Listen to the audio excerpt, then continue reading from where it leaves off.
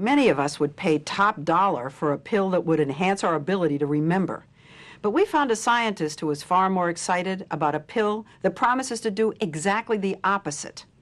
If there was something you could take after experiencing a painful or traumatic event that would permanently weaken your memory of what had just happened, would you take it?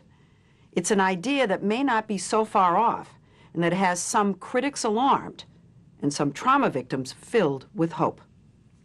I couldn't get my body to stop shaking. I was trembling, constantly trembling, and memories of it would just come back, reoccurring over and over and over. Beatrice Arguedas is a subway conductor.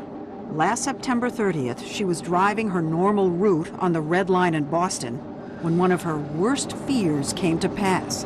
Upon entering one of the busiest stations, a man jumped in front of my train to commit suicide. Entering Park Street. You actually saw him jump? I saw him jump. We sort of made eye contact, and then I felt the thud from him hitting the train, and then the crackling sound underneath the train. And then, of course, my heart starts thumping. She came into our emergency room afterwards, very upset, no physical injury, entirely a psychological trauma. Dr. Roger Pittman is a psychiatrist at Harvard Medical School who has studied and treated patients with post-traumatic stress disorder, or PTSD, for 25 years. They're caught up so much with this past event that's constantly in their mind. They're living it over and over and over to have it happening again, and they just can't get involved in real life. When Beatrice arrived in the emergency room, Pittman enrolled her in an experimental study of a drug called propranolol, a medication commonly used for high blood pressure and unofficially for stage fright. Pittman thought it might do something almost magical, trick Beatrice's brain into making a weaker memory of the event she had just experienced. In the study that is still underway, half the subjects get propranolol, half get placebo.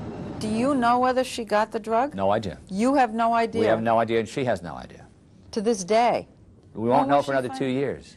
If Pittman is right, the results could fundamentally change the way accident victims, rape victims, even soldiers are treated after they experience trauma. The story begins with some surprising discoveries about memory. It turns out our memories are sort of like Jell-O. They take time to solidify in our brains. And while they're setting, it's possible to make them stronger or weaker. It all depends on the stress hormone adrenaline. The man who discovered this is James McGaugh, a professor of neurobiology at the University of California, Irvine. McGaugh studies memory in rats, and he invited us to watch the making of a rat memory. In this case, how a rat who's never been in this tank of water before learns how to find a clear plastic platform just below the surface. Well, he'll swim around randomly. Oh, can he not see the platform? No, he can't see the platform. His eyes are on the top of his head. The rat will swim around the edge for a long time until eventually he ventures out and by chance bumps into the platform. The next day, he'll find the platform a little bit faster. But watch this rat, who learned where the platform was yesterday, then received a shot of adrenaline immediately afterward. Notice that it starts out not on the edge. Ooh. There you go. Oh, that's impressive. Adrenaline actually made this rat's brain remember better, and McGaugh believes the same thing happens in people. Suppose I said to you, you know, I've watched your programs a lot over the years, and although it pains me to have to tell you this, I think you're one of the worst people I've ever seen on now don't take it personally. So my stress system would go into overdrive, no question. Even with my telling you that it's not true, there's nothing to keep you from blushing, from feeling warm all over. I am warm all over. Yeah. I am. No joke. That's really. the adrenaline. And I dare say that you're going to remember my having said that long after you've forgotten the other details of our discussion here. I guarantee it. The next step in his research was to see what would happen when adrenaline was blocked. He started experimenting with propranolol. Propranolol sits on that nerve cell and blocks it so that, think of this as being a key and this is a lock. The hole in the lock is blocked because of propranolol sitting there. So adrenaline can be present, but it can't do its job. Watch this rat, which just yesterday learned where the platform was, then received an injection of propranolol.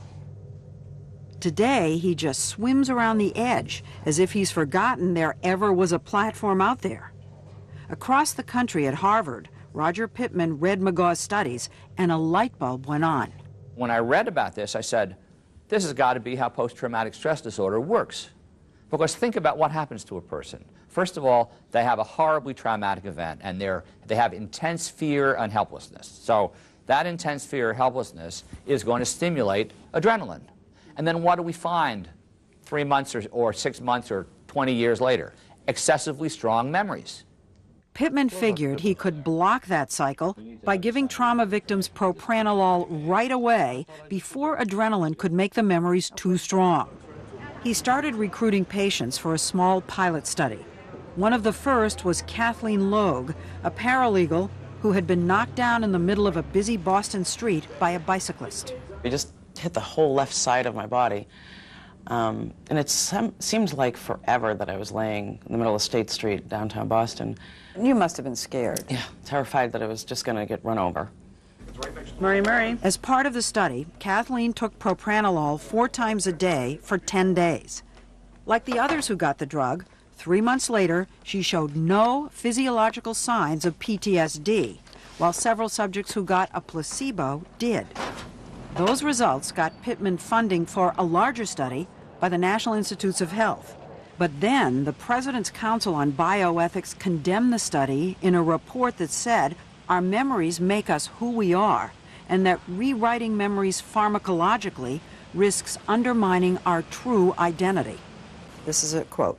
It risks making shameful acts seem less shameful, or terrible acts less terrible than they really are. A terrible act? Why should you have to live with it every day of your life? It doesn't erase the fact that it happened. It doesn't erase your memory of it. It makes it easier to remember and function.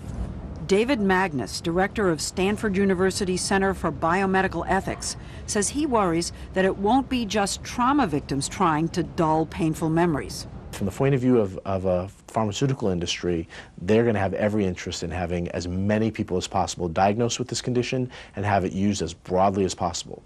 That's the reality of how drugs get introduced and utilized. He's concerned it'll be used for trivial reasons. If I embarrass myself at a party Friday night and instead of feeling bad about it, I can take a pill, then I'm going to not have to avoid making a fool of myself at parties. So you think that embarrassment and all of that is teaching us? Absolutely. Our breakups, our relationships, as painful as they are, we learn from some of those painful experiences. They make us better people.